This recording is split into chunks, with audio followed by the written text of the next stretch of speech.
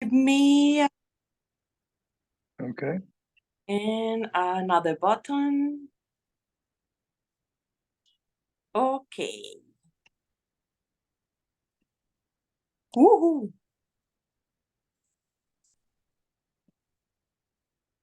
All right. Just like that, we're on. So welcome everybody. First time this year. Happy New Year. And if you want to stay happy, turn off the radio, the television, and start reading good books. Everything else out there is a mess. Okay. Quick update on COVID. It hasn't gone away, in case you thought it might have. Uh, in the United States, so far, we've had 103 million cases confirmed. That's since the beginning of the pandemic, and 1.169 million deaths, almost 1.17. And that's up. There's been a bounce up in the last couple of months, not here in El Paso, but in other parts of the country, COVID has picked back up and has become a bit of a problem in the ERs. It's interesting that 4.3% of the reported deaths in the US between 2020 and today are from COVID and COVID-related illnesses. Worldwide, it's still out there, but the larger numbers now are for RSV and the flu. This has been a really bad year for flu. So if you haven't gotten your flu shot, and if you're older, you should get a shot for RSV as well. And that'll keep you from, well, it won't keep you from getting it, but it will reduce the impact if you do get it.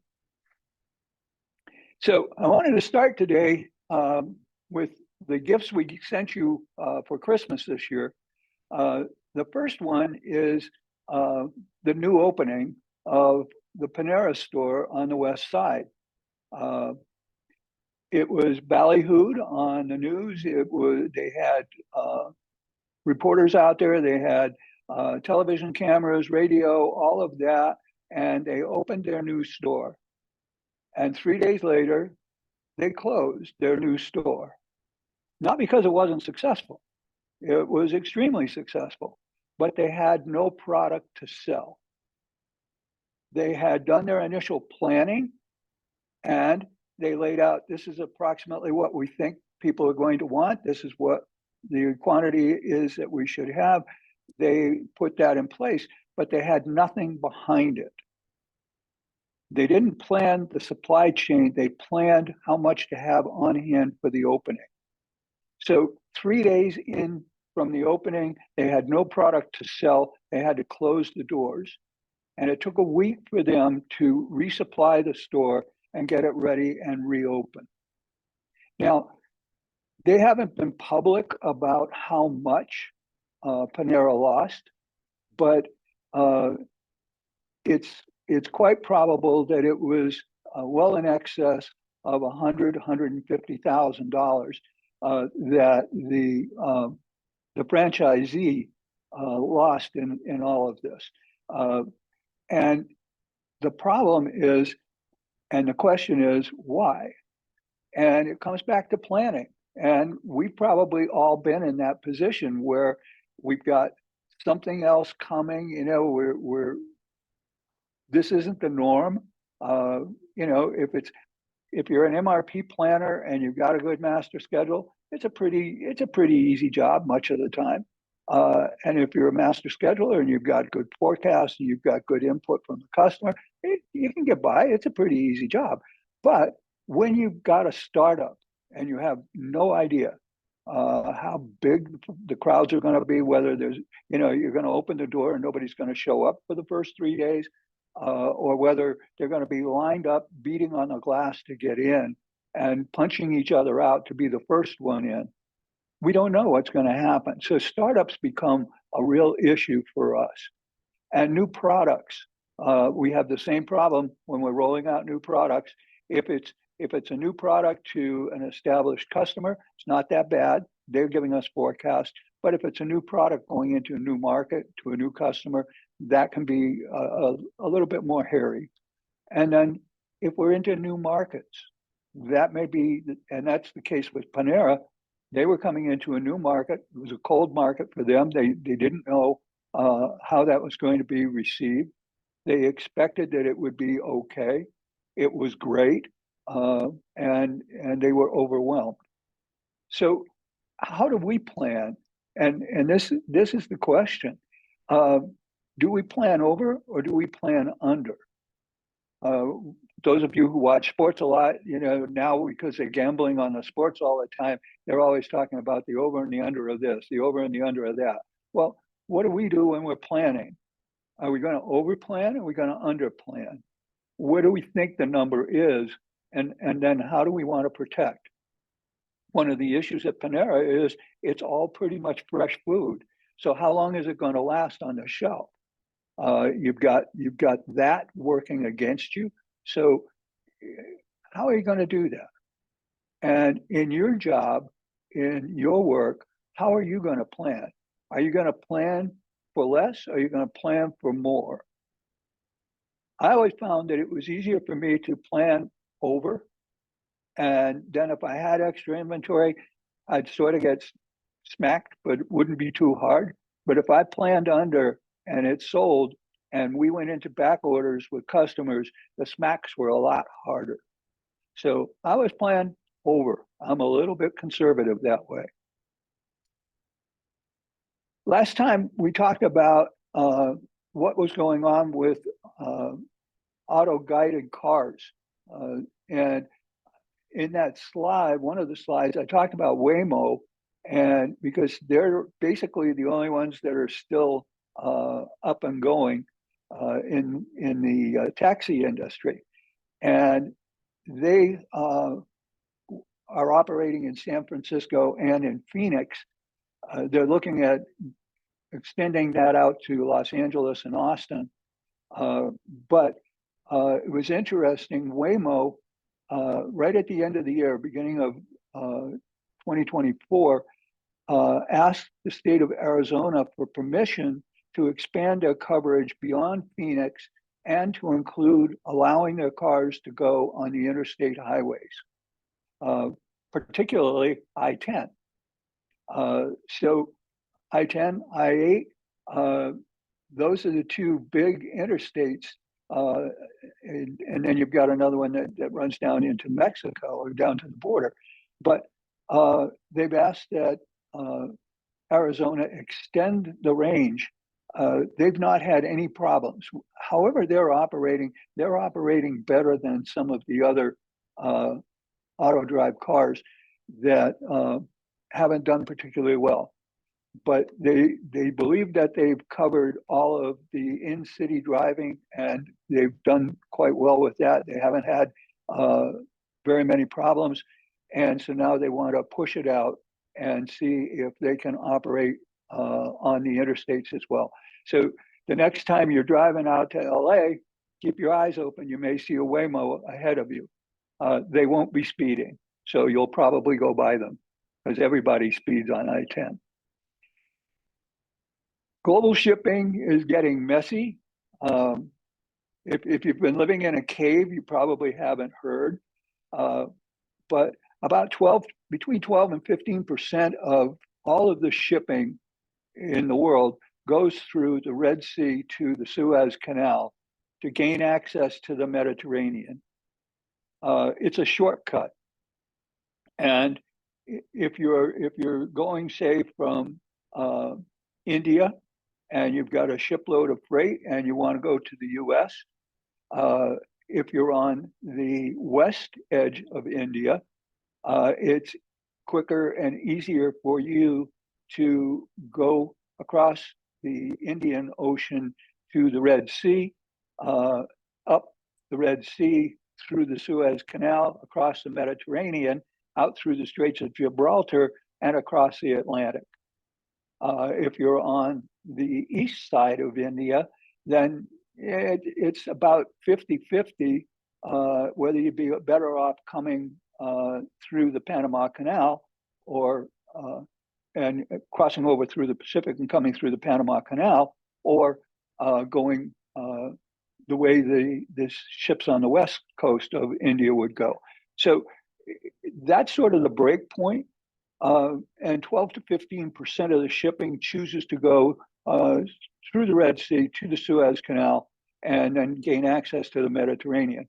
From there, they can go to Northern Europe, they can go to North America, they can go to South America from there. It is sort of open, and they can pick their port.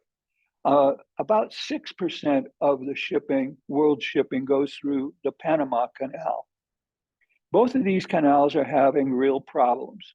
Two different problems: the war and the fight between the Iranian proxies and their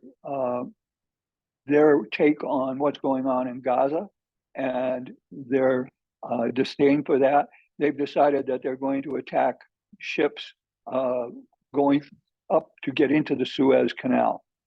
And that's causing problems because that they've managed to hit a few ships. They've taken over a ship.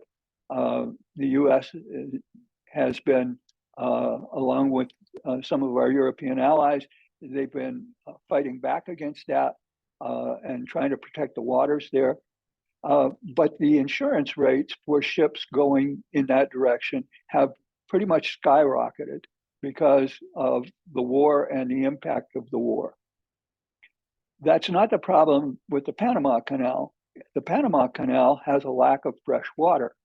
Because of global climate change, Panama has not been getting the rainfall that it needs. And people say, well, why don't you use salt water? Well, if you do that, you would have to seal that entire ecosystem. Otherwise, you'd have salt water all the way across, leaching into the vegetation around the Suez Canal. Around the Panama Canal. That would become an ecological problem. So they don't want to go there. They don't want to do that. All their plumbing is set up to work out of a lake in the center of the canal and go in either direction. And it hasn't been a problem until the last couple of years. And so what they've done is they've slowed down the number of ships going through the canal and making better use of the water, putting more ships into a lock and lifting them or dropping them, and then making sure that the water, as much as possible, gets recycled back into the lake as opposed to going out into the ocean. So just to give you a better picture, if you're not a geographic fan, this is the Middle East that we were talking about. You see the Arabian Sea down there in the right corner.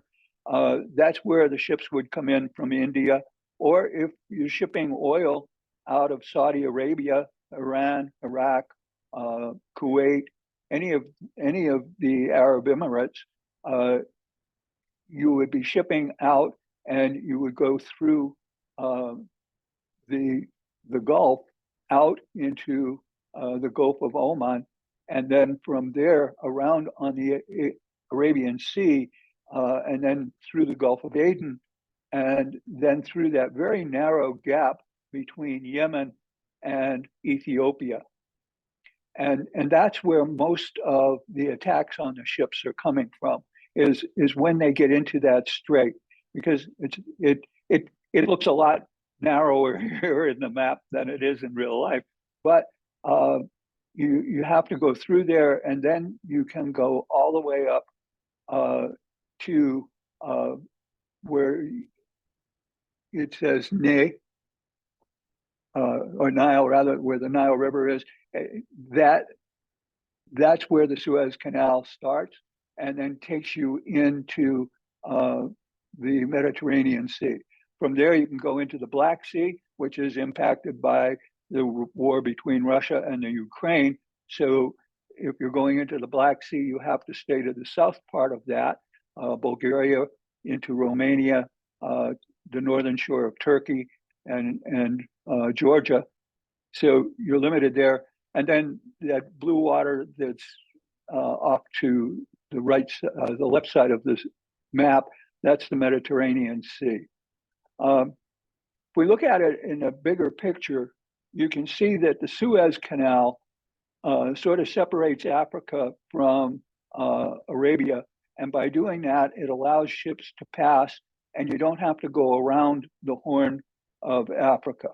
If you can't go through the Suez Canal, then you have to go down the east side of Africa, past that island, that's Madagascar, and then all the way around, and then come up the other side to get up to the European ports in the British Isles or Northern Europe. So you've got a long way to go. It's about a 12 to 13-day difference in transit times. So you've got the insurance costs if you go through the canal, but you've got the transit times going up, basically doubling.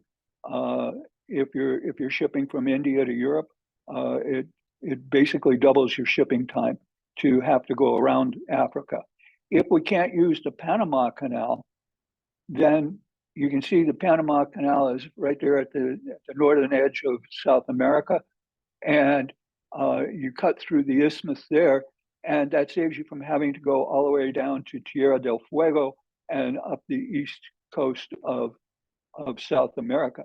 So both of these canals handle a lot of business, and there's a lot of money at stake. We, as the users of the transportation, are going to ultimately end up paying the cost, and the cost will be higher. So in your forecast for 2024, if you're looking at what transportation is going to cost, figure it's going to be a little bit higher than it was in 2023.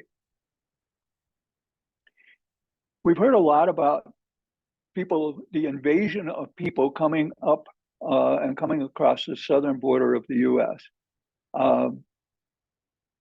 I don't know, from my house, I don't see it. But anyway, we get a lot of news about that, and it's a big part of our politics today. But the shift is really driven by economics and politics. Many of the people that are coming up now are coming from Guatemala and from Venezuela.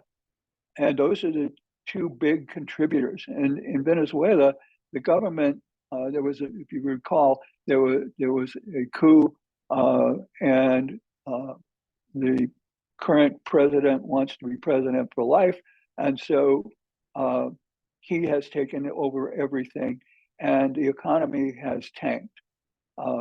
People can't, they're starving to death. So these people are breaking away, they're coming up, and they're trying to get into the US or to Canada and get work so they can make money and send money home. It's an old story, been around for a long, long time. So we've seen this happen in other places as well. There's a big shift right now from North Africa to Europe. There are boats going across the Mediterranean. We just talked about the Mediterranean. There are boats going across from Africa, where you see Suez just above there. There are a lot of boats going back and forth. The opening between the Straits of Gibraltar, between Spain and Morocco, are really quite narrow. They're only about 25 or 30 miles wide. So there are a lot of small boats can make it through there and get across. And so they're bringing people in and dropping them in Spain, or they're taking them over further to the east to Italy and cutting across the Med there and putting people ashore in Italy. And they're moving up and going to work in the factories in Germany. So all of this happens on a regular basis. The shift in Southeast Asia, people are leaving Southeast Asia and moving out. So where do they go? Southeast Asia is that area of islands and peninsulas before you get down to Australia. That area there, includes Vietnam, Korea, some of the other countries. All of those people are coming out and they're going wherever they can find a place to establish themselves. And so they're moving to Australia, they're moving to New Zealand, or they're moving to India or to Africa. And many of them are coming to the US. Some of them are Chinese, some of them are Vietnamese, various ethnicities. And people are leaving India in fairly significant numbers as well because it's difficult to make a living there. The economy is picking up, but you can work real hard and not make much money. So they're looking for a better life. Now, it isn't new. The first person that we've been able to track from my family's history came to the New World in 1653 from Britain, and he came to Nova Scotia. He was running for his life. There had been a civil war, riots and battles against the king in Great Britain, and his side lost. My uncle's side lost, or my grandfather, whichever relation he was. But his side lost, and they told him, you need to get out of Dodge because life isn't going to be good here. And so he took off and caught a boat and came to the New World. There were a whole lot of people, and many of us can trace our lineage back to those people from France, from Germany, Italy, all moving from Europe to the New World to try and find a better life. The Africans were enslaved and then moved to the Americas to fill the need for cheap labor. We don't do that. Yeah, we do, and we did, and we're still looking for cheap labor. We're just we try to look the other way a lot, but there are a whole lot of people making money on an economy and not paying taxes because they're not legally here. So we're seeing this time and time again. They weren't enslaved the same way the Africans were, but they're economically enslaved in many cases.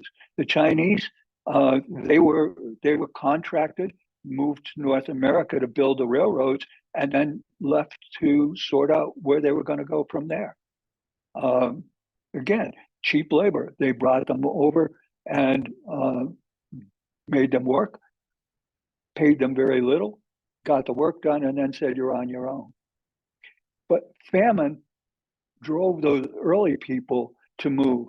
And the whole history of the world is filled with stories and migrations of people. That's what brought the original people to North America, was the fact that there were famines in Asia. And so they went north. And then there was a land bridge at that point between what is now Alaska and Russia. And they crossed over and populated North America. They became the Incas and the Aztecs. So this isn't new. This has been going on.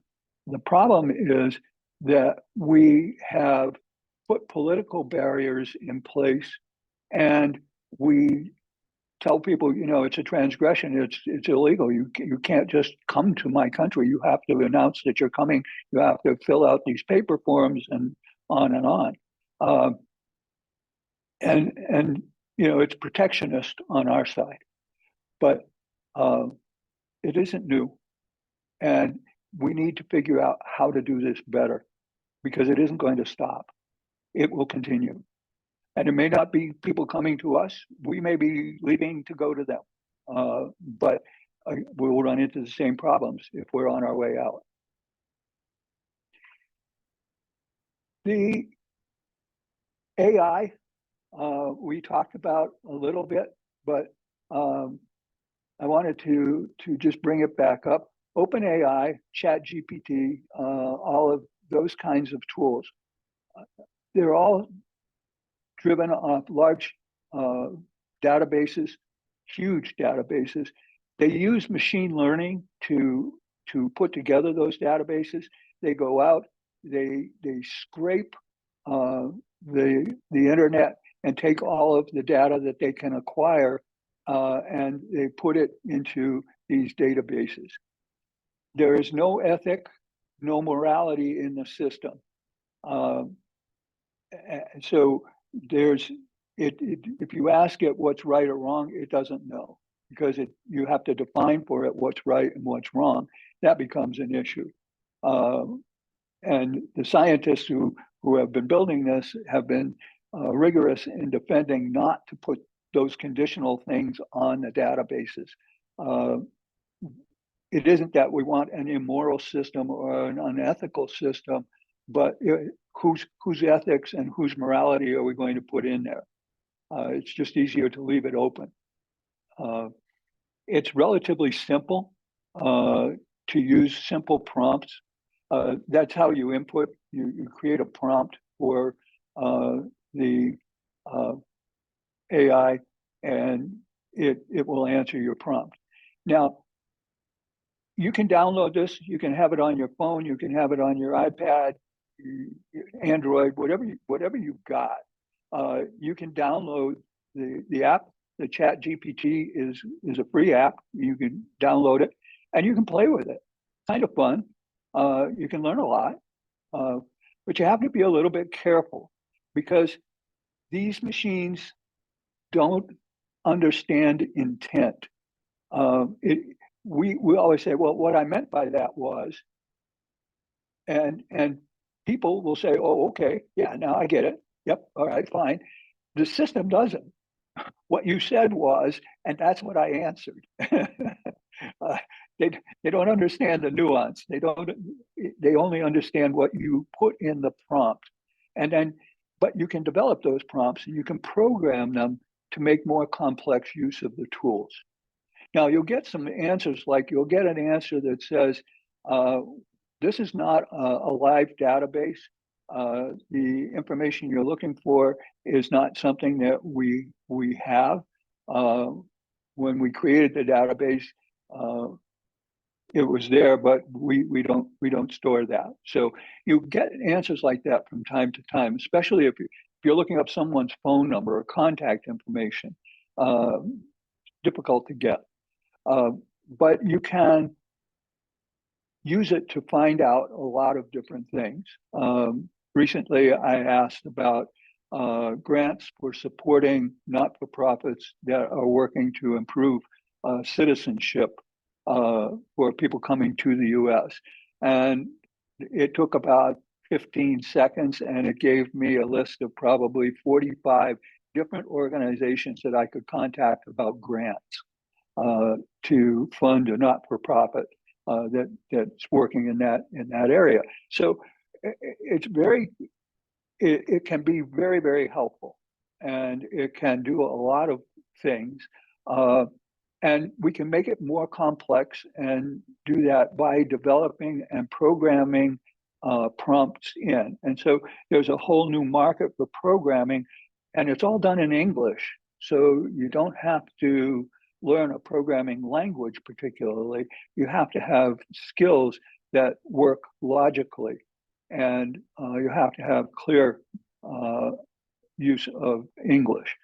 Now, why isn't it in some other language? There are some other languages that are involved, but the growth and the development of the particular database, Chat GPT, was all done in English. Now, if you do listen to the news, you probably have already heard that the New York Times is suing these people because they used New York Times as a source, and oops, now New York Times wants to be paid. It's not currently intelligent. It's fed from data that came out of the internet, and it can give you a lot of information. It can automate tasks. It cannot make decisions. It cannot do anything beyond providing responses to actions prompted. And the key is learning to program your prompts to get what you want. But it is not an intelligent system. It does create hallucinations. These are erroneous responses. They're sometimes nonsensical. it will give you wrong answers because the data that it's using came off the internet. How many of you believe that everything you read on the internet is good and honest and right? Not there. So think for a minute about how accurate your forecasts are and or your inventory accuracy. That kind of information. Don't believe everything you get from AI. So there were some questions and ideas that you added to this.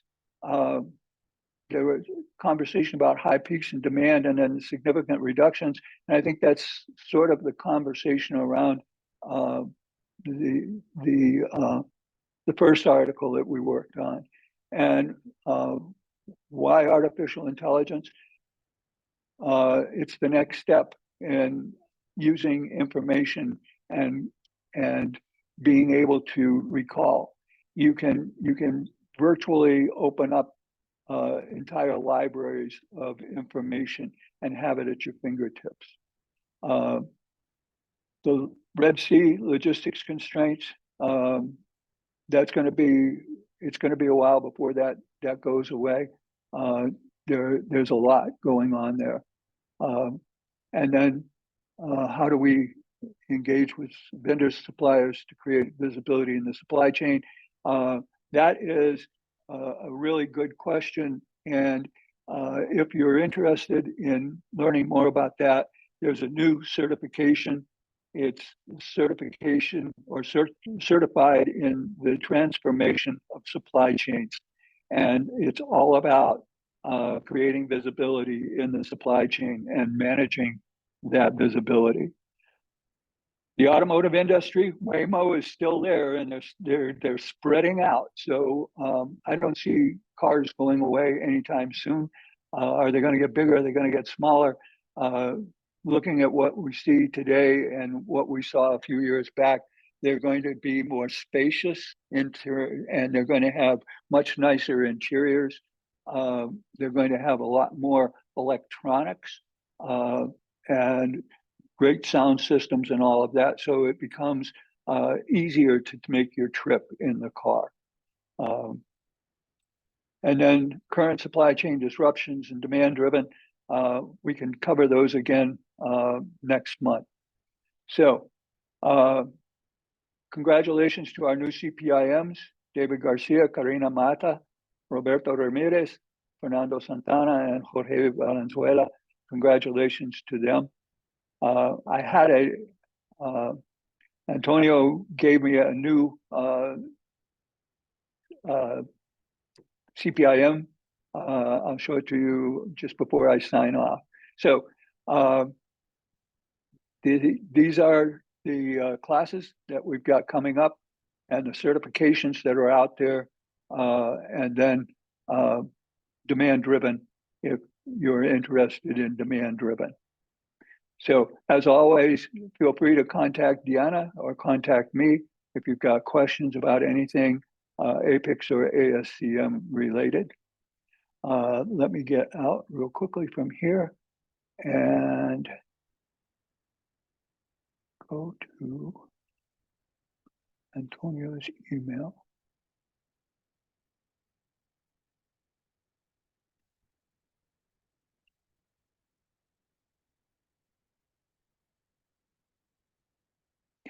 Okay, I don't have time to do that today. Antonio, I'm sorry. I apologize. I will get to that. I'll bring it next time. But anyway, thank you all very much for your attendance. I look forward to seeing you next month. Have a great month. Stay well, stay happy.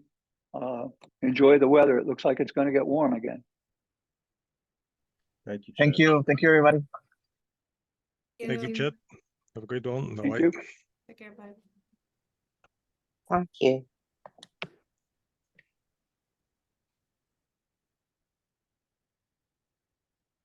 Got to run.